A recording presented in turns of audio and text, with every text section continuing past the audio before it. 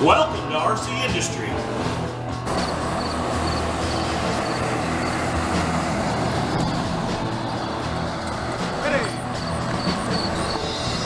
I was walking down the street. Hey, it's Rick here. Well, I thought we'd run over to Greene Street. I've been working over there some and haven't done any recording, as you probably have noticed. So I'll kind of get you caught up over there, and I'm working on some cabinets, installing some cabinets today, so I'll maybe show you how I do that. Not that that's necessarily the correct way, but I'm kind of enjoying today. This is what my people call Indian summer. I don't know that that's politically correct to say that anymore, but it's October the 23rd, no, 22nd, sorry, and it's really nice out today. It's like 80 degrees, and it's just beautiful. God can really make some beauty. We get so wrapped up in everything going on in our lives that we don't sometimes see it, but anyway, we get over here, I'll show you some more. Okay. Well, I want to show you my latest find and kind of tell you the madness behind the purchase. So there's the top to it, and here is the bottom. Let me see if I can get a picture of it. Okay. Now you can see that it's been modified and had some work done to it. Actually, the old slide-out metal shelf that would have been here is missing. But overall, the drawers are in good shape, and it doesn't have any feet on it. Okay, so you're probably going to say, well, why are you remodeling this house to sell? Why in the world would you buy an old Hoosier cabinet? Well, I'm going to tell you. Let's walk in here to the kitchen, and it's a mess in here, so, you know, but it's always the way it is when we're working on stuff. I got the kitchen layout here, so we're going to do, the stove will set back in here, and I've got the upper cabinets here, and I got a microwave that goes there. So then there's the space above where the sink is going to be, and then there's a cabinet here. So what I'm going to do is I'm going to build, once we get this cabinet up, which is what I'm going to show you how to mount here in a minute, I'm going to build a shelving unit that goes between here and that cabinet. And I'm going to utilize or recreate that look right there. So if you can see that little curve right there. It's real straight, simple lines. And then I probably will recreate this little detail up on the top of that and put that on the top of this set of cabinets here, so that it kind of goes with it, so it's going to make it look like it. And then all of the cabinets then get painted this. Now you might say, okay, well, why are you going to bring that old Hoosier cabinet in?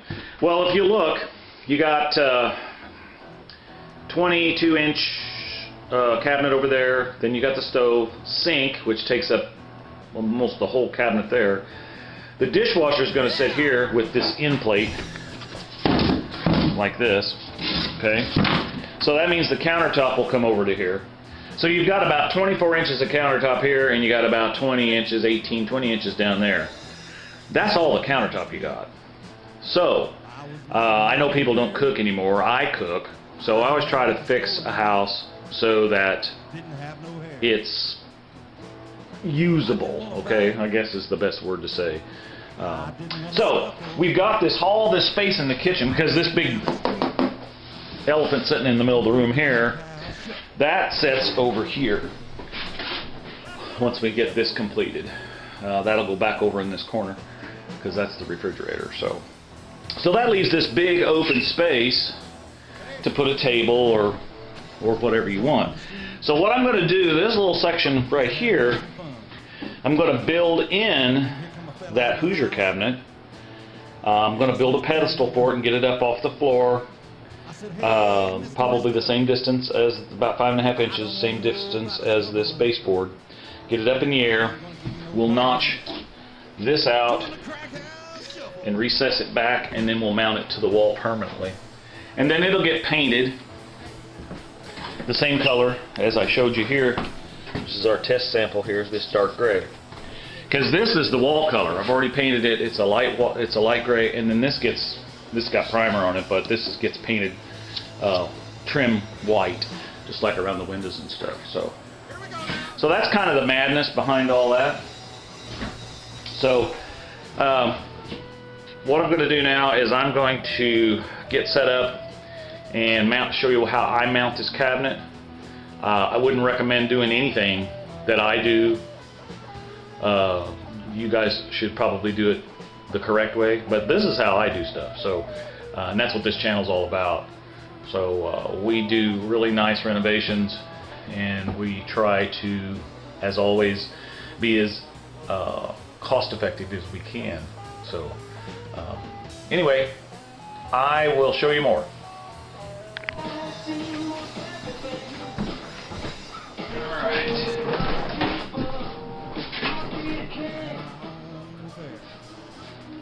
Turn that down because YouTube won't like that. They even tried to shut off some of my music that is my music that I own the copyright on.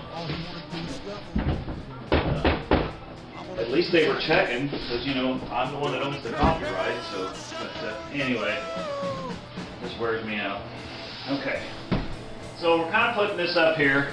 I've got my marks on the wall where I want it. About where we got it. I've got my studs marked here. I used my stud finder to find those. Got to get that up on top of that. There we go. I think that's where I want it. See that way just a little bit. Okay. Alright, so going to drill a pilot hole here.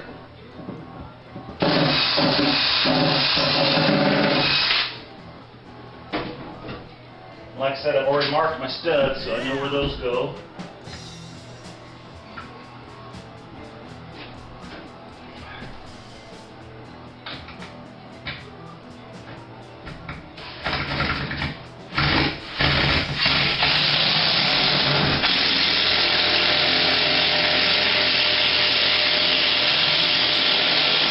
Boy, that old native lumber is hard. Okay.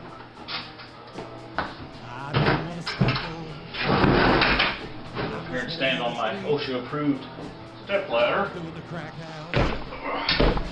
I'll take my level, make sure I'm in the bubble. Yep, she's straight on. Okay. Gonna drill my pilot hole. I was walking in the street, just having me some fun.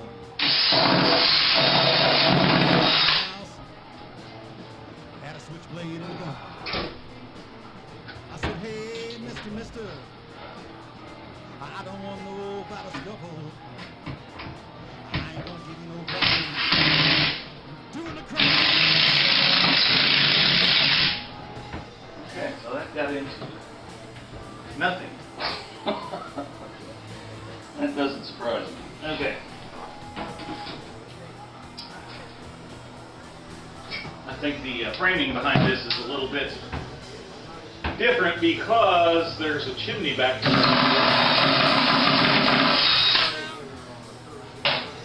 And so I know we're in a stud below because the stud goes up through the wall.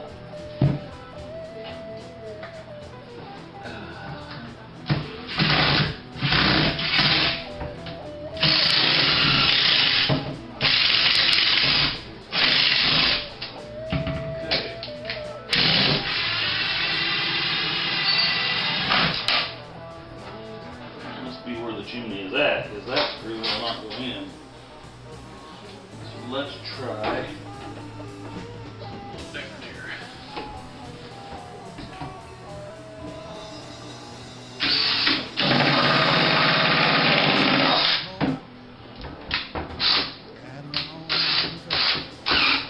I still had that devil scope. that fella with that knife.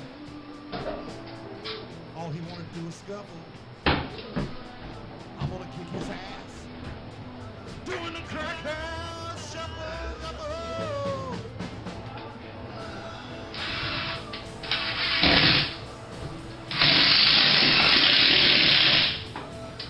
Okay, so that one went into something.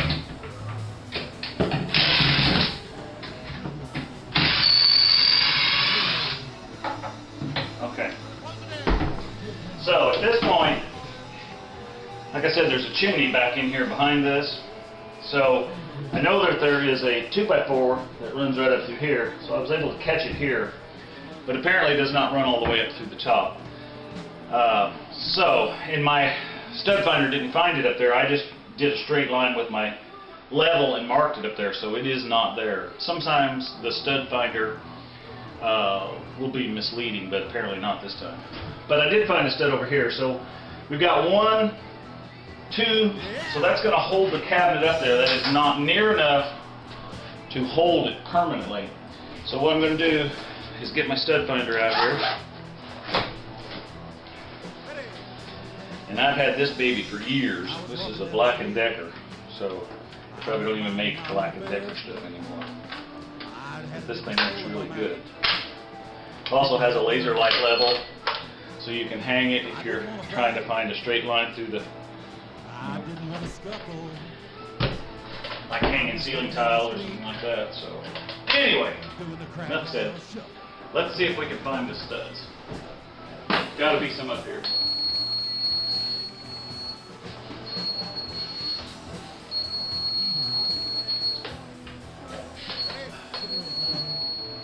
I was walking down the street. Okay, Just having me like some there's fun. one here. Then here come a fella out of the house. Had a switchblade in the Alright, let's drill us a hole. Hey, mister. 3 or 4 of these screws into a stud is going to hold this. The problem is you got to find the stud. Uh-oh. That's not good. I broke this drill bit off. Okay. Well, these are the trials and tribulations you go through. But never fear, we have plenty of drill bits.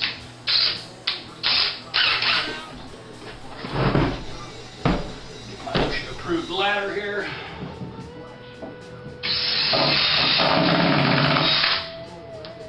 I don't know if that's going to tighten down or not. That doesn't act like it's screwed into anything.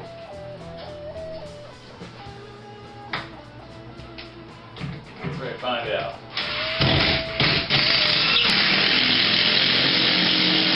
Oh yeah, she's in there now. Okay. So, our cabinet is mounted. Take you up here. So the cabinet is mounted, and it's got a shelf that goes in here, so we'll put that in there. And then this is where we're going to build that shelf across here. Now, the microwave will come down a little bit right here, and this is where we'll make that little circle piece to emulate the side of that old Hoosier cabinet. And then over here you'll see that little circle piece as well, and then the bottom shelf will be about this high, which is plenty of room so that when you're working doing dishes you're not going to smack your head on it or something. And then these are unfinished cabinets, so I've got a lot of this birch 1/4-inch plywood. And so what I'll do is I'll make inserts for all of these side panels, and then we'll get everything sanded up and painted. Now I will not be painting the insides of these cabinets. These are a finished, it's got that stuff on there that's hot pressed paper or whatever that is. I don't know, it's not really paper, but that's what they put in cabinets anyway, low-end cabinets like these. It's a press board with this vulcanized plastic coating over it. So, but we will be painting here up to this edge, and we'll be painting the insides of these cabinets. We'll take the hinges and stuff off, and we'll paint all this, and of course the outsides. So, and then we're going to put some backsplash pieces in here, so it'll kind of show through the shelving. That's kind of the idea. So, all right, show you more. The other thing is you might say, well, Rick, why don't you just put some cabinets in here and a countertop and cabinets above and let it match what you got going on over here? And the reason is it's cheaper to have bought this old Hoosier cabinet and modify it to fit. Plus, this house was built in the 40s, so those Hoosier cabinets were very popular at that time frame, and that's why I want to put this in here, because I think it'll really make the house look cool, and it's going to save me. I paid $275 for this cabinet. So you got to figure the base cabinet and the upper alone would be every bit of that much or more, and then I'd have to have a countertop made, because I'm going to just use stock countertops, but even and from like Home Depot, and then I'll cut them to fit. But even at that would be another $100, because you got to buy them in so many feet sections off the shelf. So that's kind of why. Okay. All right. So we talked about the microwave's got to go here. So before I build the shelf, I want to dry fit this microwave. Well, before we put the microwave in, we have to address the fact that we have to have a receptacle to plug it in. So what I want to do is, and we've covered this in some of the other shows, but what I want to do is cover what you need to do and what you need to know to put in a receptacle like this. Now, what I've already done, I did this a couple days ago, but I didn't have my camera stuff over here, is I have already went in the basement and modified where the cabinetry, if you remember, used to be over here with all the plug-ins. I pulled all the wire back down, and we've fed it all back up through here. So I've already run this wire up through the wall, and it comes out this hole. Now, it would have been nice for me to have shown that, but I drilled a hole here, went down here, pulled the baseboard off. You can see the wire, that little yellow thing right there, that's the wire.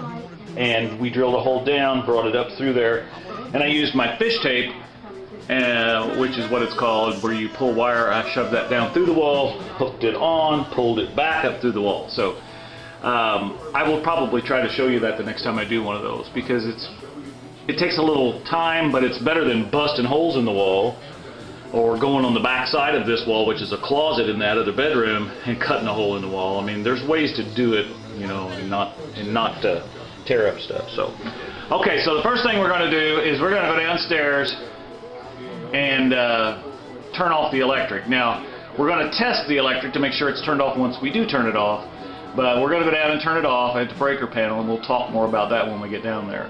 And anytime you're doing electric work, I would always use a non-conductive ladder. So as you can see, I'm using this pink bucket, and it does not conduct electricity. So anyway, I'm sure that's not OSHA approved. All right, let's go look at the breaker panel. Okay, so we're down here at the panel, and if you look right here, I don't know if you can read it, but it says kitchen plugins by sink. Well, those were the wires we pulled down. Garbage disposal, which I have not run that wire up through the floor yet, and kitchen and west bedroom.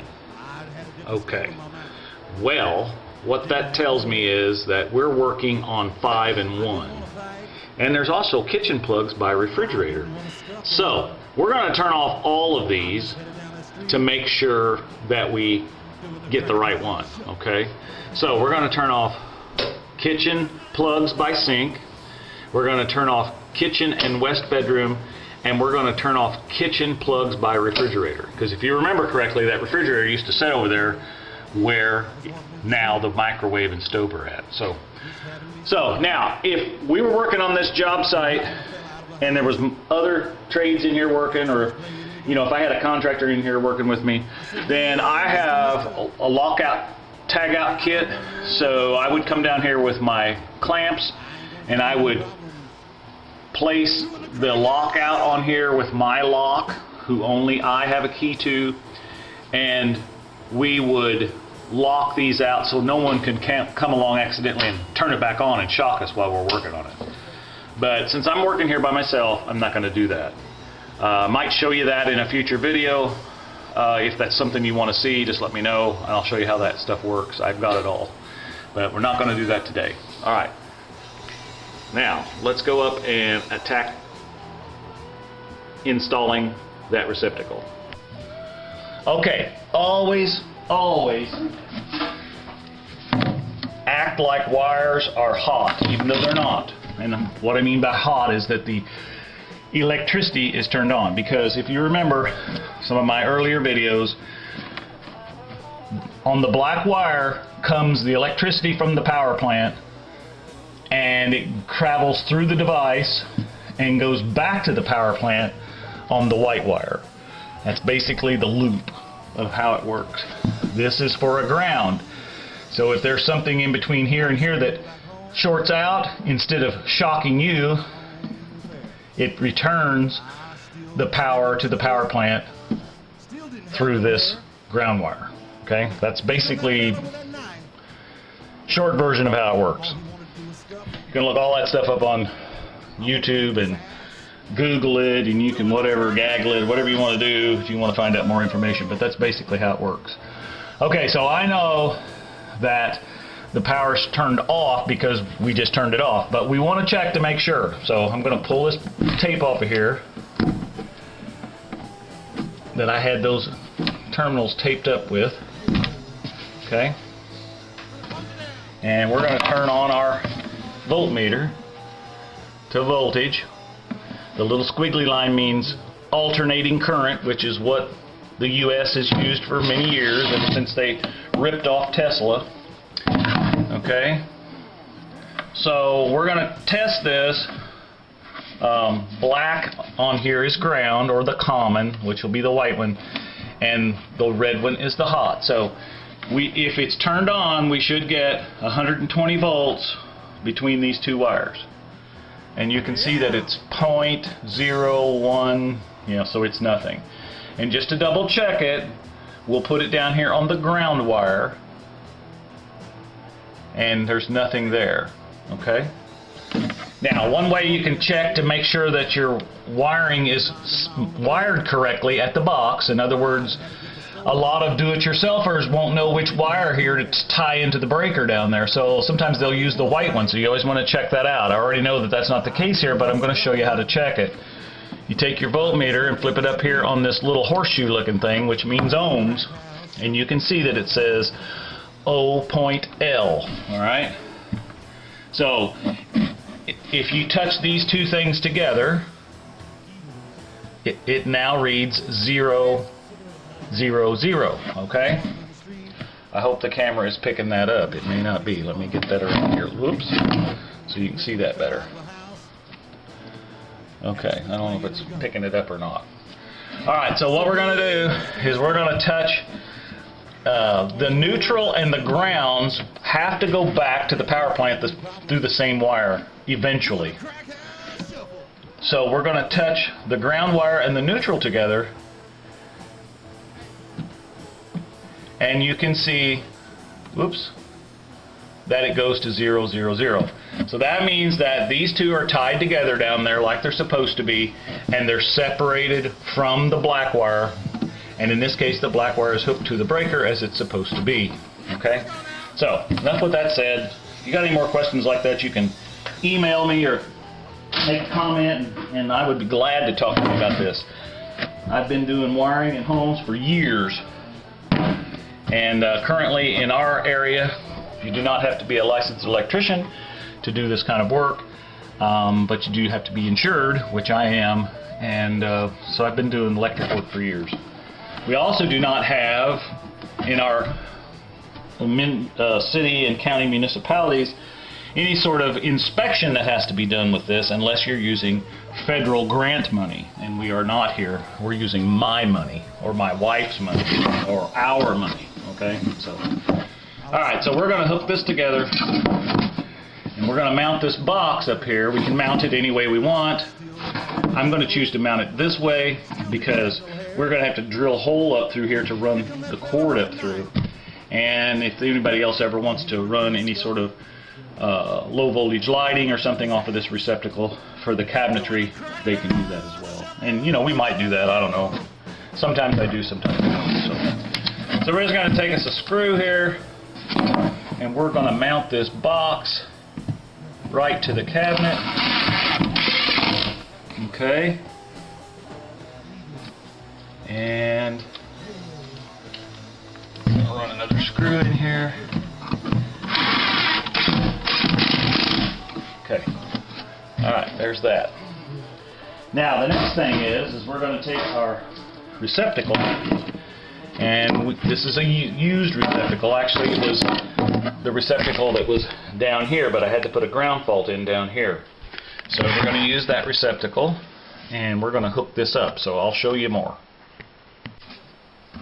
Okay, it just so happens that these wires are already stripped. As you can see, I'd already done that. I do that when I pull the wiring through because it's easy to hook the ends then to the end of your fish tape when you're pulling them up through the wall. So, as I said, this receptacle is a used one, but you know, it's not. It still has good tension when you plug something in and out of it, so it's not gonna hurt anything. So, terminals on the back of these. Green, or they may not show up on this camera real well, but this is a green terminal, or the ground. Green is always the ground. If you're running wires that are that have a green one. If you don't have a green wire and you have this non-insulated wire, that's the ground wire. So that's the one we're going to hook to that terminal. So we're going to put a little bend in this, like so. And you always want to put, and I don't know how well this is showing up on the computer or on the camera, but you always want to tighten against the with the direction of the bend of the wire. So, in other words, our screw is going to turn this way. We want to make sure that our wire goes in under that clip and over. Okay? And you got to remember, I've been doing this since 1975, so my ways of doing things and the tools I use may be different than some of your younger people that have found better ways to do things. Okay, looking at this receptacle, so the next question is going to be, okay, well, which one of these wires do I put on which terminal? Okay, these receptacles are made to jumper wires past to go, or daisy chain to another receptacle. In other words, you would come in here, you would hook another wire up to this, go back out into the next receptacle. In this case, we don't have that. We just have one wire that we're going to use. So that didn't really explain what I just said, but here I wanted you to know that before I talk about what I'm going to say now. Now, what I always do is run the screw, run the wire, bend it like we just did here, and slip it up under here. These receptacles have all got these little slots in the back where you can jam wires into them. I have seen receptacles overheat from non-proper tightening. When you shove the wire in here, I've seen them melt. I've seen them cause fires. I don't do that. A lot of electricians do, and it's perfectly fine. You can do that. I don't do that. I will put a wire under each terminal. And if you look at these terminals, this one's brass colored and this one is steel. Okay, you might say, well, why is it like that? That coincides with the size of these slots. This is a longer slot, this is a shorter slot. The short slot is always the supply voltage coming from the power plant, or in this case, we're going to call it the hot wire. The ground wire, or the return to the power plant, is always the longer slot, and that's the one we're going to hook to this side. So the white will go to this side. Whoops, dropped the camera. The white will go to this side, and the black will go to that side. Okay. Now, I only say that because the screws you're getting when you're using your demand off of the device, this screw can heat up more than this return screw can. And by heating and cooling, it can cause corrosion. So that's one of the reasons they use a brass screw. Over here, they're not so worried about it, okay? This is for copper wire. We don't wire houses with aluminum wiring anymore, but if you're in your mobile home that was built in the 70s, or if you're in some areas of the country, including where I live, homes built in the 70s, they used aluminum wire a lot of times. So be very careful of that, because if you use this style receptacle in an aluminum wiring condition, it can cause a fire. So, alright, show you more. Okay, so we're going to go ahead. We got those wires put on each terminal correctly, and now we're going to bend these wires around and push them back in this box comfortably. We don't want to pinch any wires. You don't want to, by pinching the wires against the metal box, you don't want to scratch the coating on the wires, because then what it can do is cause a good short when you put all this back together. So we're going to run our screws in there. Now, this receptacle, like I said, was used, and you'll notice, if you didn't notice, that the ends of it up here on this end were broke off. That's because of the style cover they put on it required that to be broke off on that end. We're just using a plain industrial stainless steel cover, so it will cover the whole thing up. So it's not gonna, we don't have to tear the ends off. And you can use one of these things if you want to. I use it all the time. It is not recommended. There is not a National Electric Code anywhere that recommends that you use a screw gun. And I've had I'm an inspector, so I've had contractors argue with me about that, and you can look it up yourself. In fact, it actually says not to use one, so don't do what I'm doing. But I also know that as long as you're not over tightening it, I just get them run down snug, and then I'm going to make sure that that's good and tight, because I don't want to turn them loose. And amazingly enough, receptacles and stuff will come loose through the years. Now, this says panel number 5, breaker 24. Well, we know that that is not the case here, because this is a used receptacle. So I'm going to clean that off before I place it up on here. Show you more. Okay, I don't know what happened to the camera, but it quit. Okay, so I don't know where we were at, but if you only had 2-wire Romex to this receptacle, it would only light up one light. And that would, if you read the little chart on here, it would tell you that you have a drop ground. So you'll find that a lot in older homes. Don't feel a sense of security because you have this little hole here for the ground on your device. If it's not hooked to the ground in the panel, you've got no protection. Now there's one way you can get around that, and again we've talked about this on a previous video, is you can install a ground wire. You can run a ground wire from the panel. You could pull the old wire out, put new 3-wire Romex in it, or it's referred to as 12-2 with ground. Or you could install a GFCI receptacle, because the electronic device in this GFCI receptacle during an emergency will switch this ground over to the neutral, and it will trip. So, okay, so enough said about that. I happen to know that this is breaker number 1. Sometimes in cabinets like this, where it's up out of the way, I'm just going to write on here what it is, so I know if there's ever an issue, I know what breaker it is. So I'm just going to put BRK number 1. Okay. Now obviously I would not do that if it was out, like a receptacle cover out here someplace, because it looks kind of crappy. But on my junction boxes and on anything that's up out of the way like this where it's not seen, I always want to know what breaker number it is in case I have to service it in the future. Alright, show you more.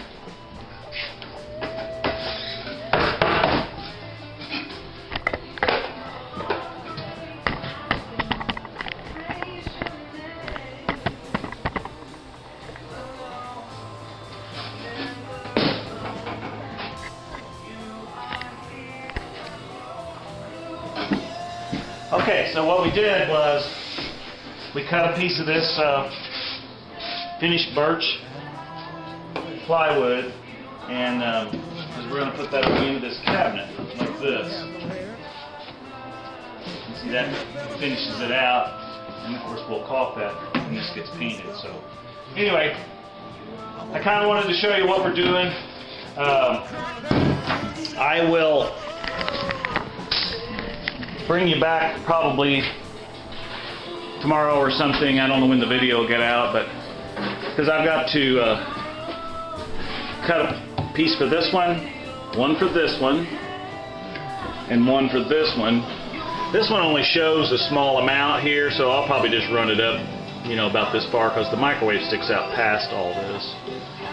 So I did get the microwave bracket on there. Man, I should have videoed that. That would have been an hour show right there, but we got it drilled up through here, and then the holes are here to mount the microwave with. I did a test fit, and that's where I came up. Once I had it up here, I could see how I needed to make my shape that's going to go here to hold that shelf bracket up. So, and you know, again, I wanted to emulate that. Okay, well, the memory card got full, so I'm not sure where I was at, but I think I was telling you that I got this microwave put up, and or got the bracketry mounted, and I just followed the instructions. So anyway, all right, now let's see, we need to build this part. So all right, show you more. Okay, well, what I did was I took and I cut my boards. We talked about the design we wanted here, so I drew out my design on the one board, and then I just married the boards together like this, and I just made one cut so that they would be the same. And then I took my sander and smoothed it up, and so this will go up here like this, okay? And this again is that curve that we wanted from the old Hoosier cabinet that we bought. So, and then of course the other one will go on this side, and we're going to build a shelf across the top so that people can put things up on the top, and then there will be a shelf across here, and maybe a smaller shelf across here. I haven't decided that yet. And then of course this all gets backsplash. We'll be leaving this wainscot across here, and then just painting it and sealing it up. So that's kind of where we're at. I will make some more measurements on this, and we'll go from there. All right, show you more.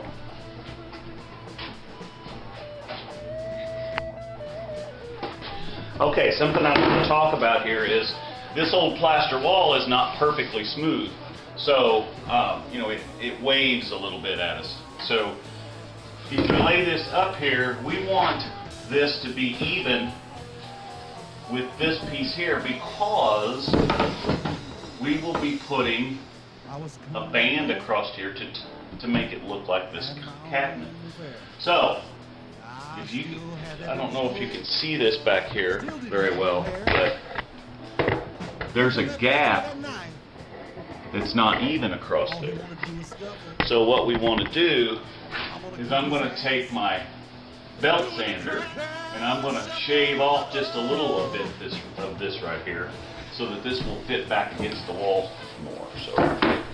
So let's take a peek at that and get this where you can see what I'm talking about here. And I know this video's a little more in depth about doing things than some of the ones in the past, but the reason for that is because I've had some people say, well, I don't understand how you're doing that, or can you show us how to do that? So that's what I'm trying to do. If that's not what you want to see, let me know. You can always email me, the link is below. You can make a comment, whatever you want to do. So here's what we're going to do.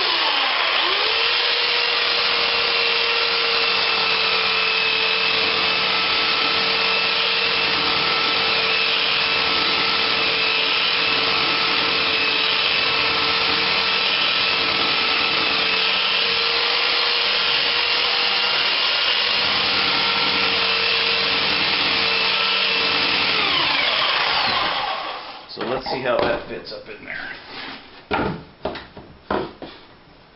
Okay, see now we're getting a lot closer, but we're still hitting right in here. Just a little bit. Actually, it's moved down some.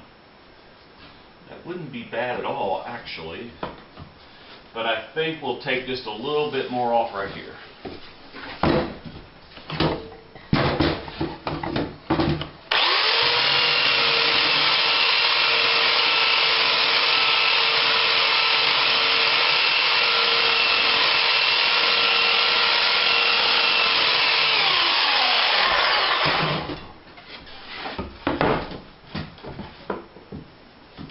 There. Now, if you can see that from here, now if you look at the gaps up here, we're right up to the edge of our cabinet so that our new trim piece can go across the front and be even with this piece.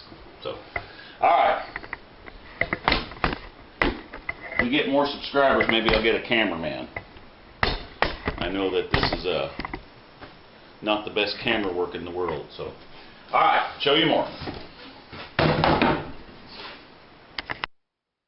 Okay. Well, as you can see, I got the cabinet up there, and from this angle you can't really see but you can there, and of course when the microwave's up there, the side of it's white, so that'll really pop out, because remember we're painting this a dark gray, or kind of a medium gray, I guess, but anyway, whatever. But there's our open shelving concept, and of course, like I said, this part back here will get some glass tile in it. Actually, I'll just show you the glass tile. It's over here.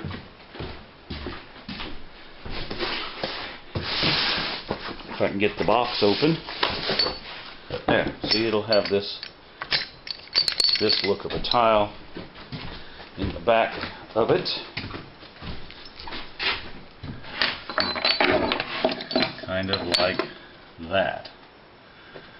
And of course that tile will also go right along here in the bottom of this. So, and then, you know, like I've said 4 or 5 times, this gets painted out white, this wainscot, and that'll actually be the backsplash part. But this is just a little something to make it look better. So, all right. I am going to get all of this debris cleaned out of here, get that refrigerator put back over here temporarily so that we can get to that corner and install that Hoosier cabinet. Alright, show you more.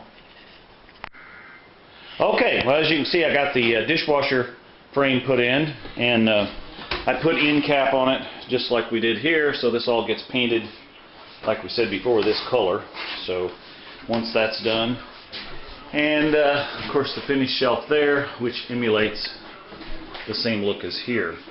So that's the Hoosier cabinet, and I got to get some leg levelers and screw on the bottom of it so I can adjust it and make it, you know, level once we get the new flooring put in here. So anyway, all right, well, I appreciate you watching, and be sure and like and share the video, and subscribe, and have all your friends and subscribe it as well. And if you got anything you want to see on the channel, let me know, and we'll see if it's something that we can do, and we'll show you. So I appreciate all the watching, and you guys have a good day. Bye.